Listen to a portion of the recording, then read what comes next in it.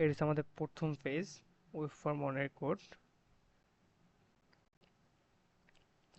এটা হচ্ছে web form ওয়ানের জন্য আমরা জাভা স্ক্রিপ্ট করছিল ওই পার্ট।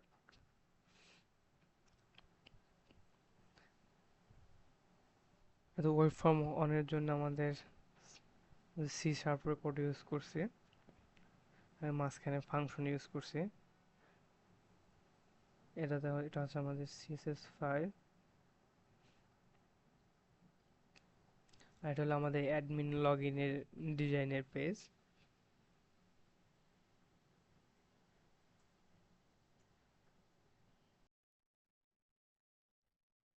এখন যদি আমরা সি শার্পে আসি,